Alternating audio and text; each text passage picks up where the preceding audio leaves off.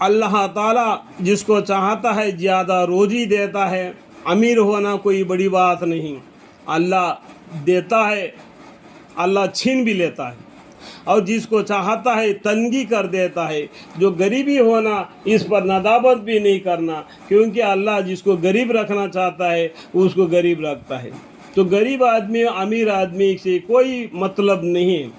اس کو بھی کل قیامت کے دن ہی اس کا حساب دینا پڑے گا. جتنا روزی اس کو زیادہ دیا, اس کو بھی حساب دینا پڑے گا جس کو روزی تنگ دے دیا. سمجھ میں آ گیا؟ رحمت اور غضب کی یہ مدر نہیں, یعنی رحمت اور غضب کا یہ مدار نہیں ہے. اللہ تعالیٰ نے اس کے اوپر رحم کیا اور اس کو بہت دولت دے دیا اور اس آرام سے, اور مجھ کو کچھ بھی نہیں دیا, میں ہمیشہ مصیبت میں پڑا ہوں. اسی طریقے سے ندامت کرنا کوئی کام نہیں, اور غضب کا یہ امدار نہیں ہے. یہ لوگ دنیا زندگی پر خوشی ہوتے ہیں اور اس کے عیش و حسرت, راحت و آرام پر اتراتے ہیں, حالانکہ آخرت کے مقابلے میں دنیا کا زندگی متاع قلیل ہے, کچھ بھی نہیں.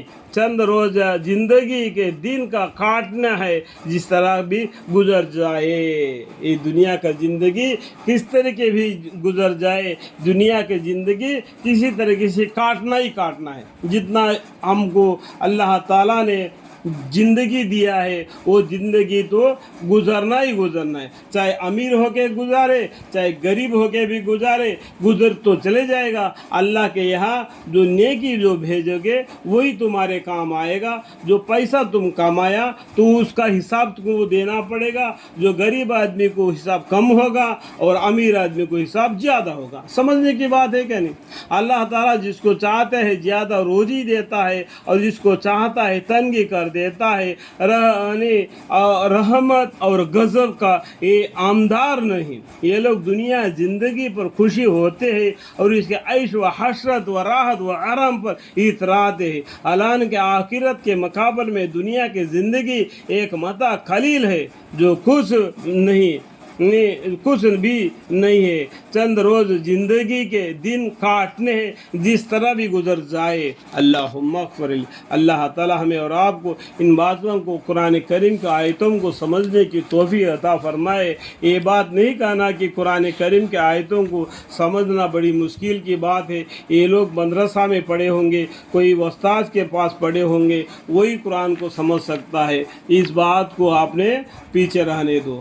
قرآن کریم کو پڑھو. اللہ تعالیٰ نے ہر آیات کو صاف صاف اس کا معنی مفہوم کو بتلا دیے, تو دبی ہوئی بات کوئی نہیں. اور کچھ باتیں ہیں دبی ہوئی, اس کو رہنے دو. اس کے پیچھے پڑھ کر تم قرآن کو مت چھوڑو. قرآن کو پکڑے رہو, پڑھتے رہو. اللہ تعالیٰ ایک نہ دن تم کو ہدایت دے گا. اللہ تعالیٰ ہمیں اور آپ کو علم عطا فرمائے اور اعمال کی توفیق عطا فرمائے. اللہ کی رحمت کا ذریعہ ہمیں جنت عطا فرمائے. آمین ثم آمین والحمد للہ رب العالمین.